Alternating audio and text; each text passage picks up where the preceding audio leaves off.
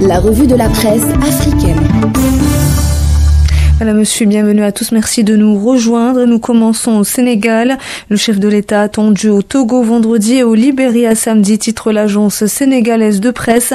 Ainsi, le président Bassirou Diomaye Faye est attendu à Lomé au Togo vendredi et à Monrovia au Libéria samedi. C'est ce qu'a rapporté l'agence sénégalaise de presse. Au titre de son agenda diplomatique, le chef de l'État a informé le Conseil des ministres qu'il effectuera une visite de travail au Togo le 25 juillet à l'invitation du président du Conseil des ministres Fauré Ayadema. Le samedi 26 juillet, il prendra part à Monrovia à la célébration de la fête nationale du Libéria à l'invitation du président Joseph Boakai, a indiqué le communiqué ayant sanctionné la réunion hebdomadaire du gouvernement. Un voyage dans 2 pays membres de la communauté économique des États d'Afrique de l'Ouest qui intervient après celui qu'il a effectué à Cotonou au Bénin le 15 juillet dernier à l'invitation du président Patrice Talon.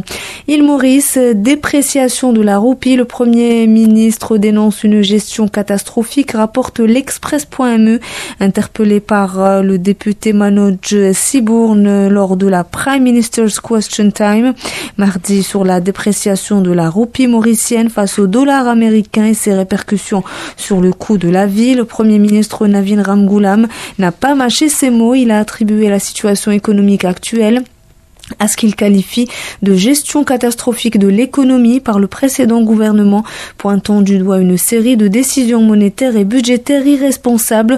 Navin Ramgoolam a rappelé qu'en décembre 2014, le taux de change moyen était de 31,97 roupies pour $1.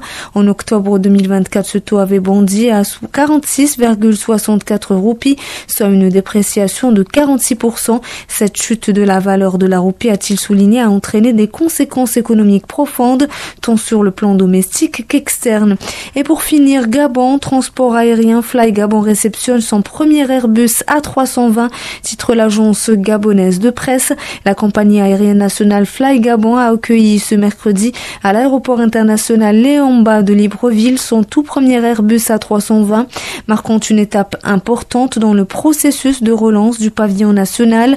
L'appareil arborant les couleurs du drapeau gabonais a atterri en milieu de journée sous les regards enthousiastes des autorités aéroportuaires, des responsables de la compagnie, fruit d'une stratégie de modernisation de la flotte nationale engagée par les autorités gabonaises. L'acquisition de cet Airbus A320 s'inscrit dans le cadre du plan de redéploiement du secteur aérien, avec pour ambition de renforcer la connectivité régionale et de promouvoir un transport aérien plus fiable et accessible, toujours selon l'agence gabonaise de presse. Et c'est la fin de cette revue de presse africaine. Merci à vous, chers auditeurs, pour votre écoute. Tout de suite, retrouvez Iman Noued et sa rubrique Zoom in Africa. Et aujourd'hui, elle vous emmène au Lesotho.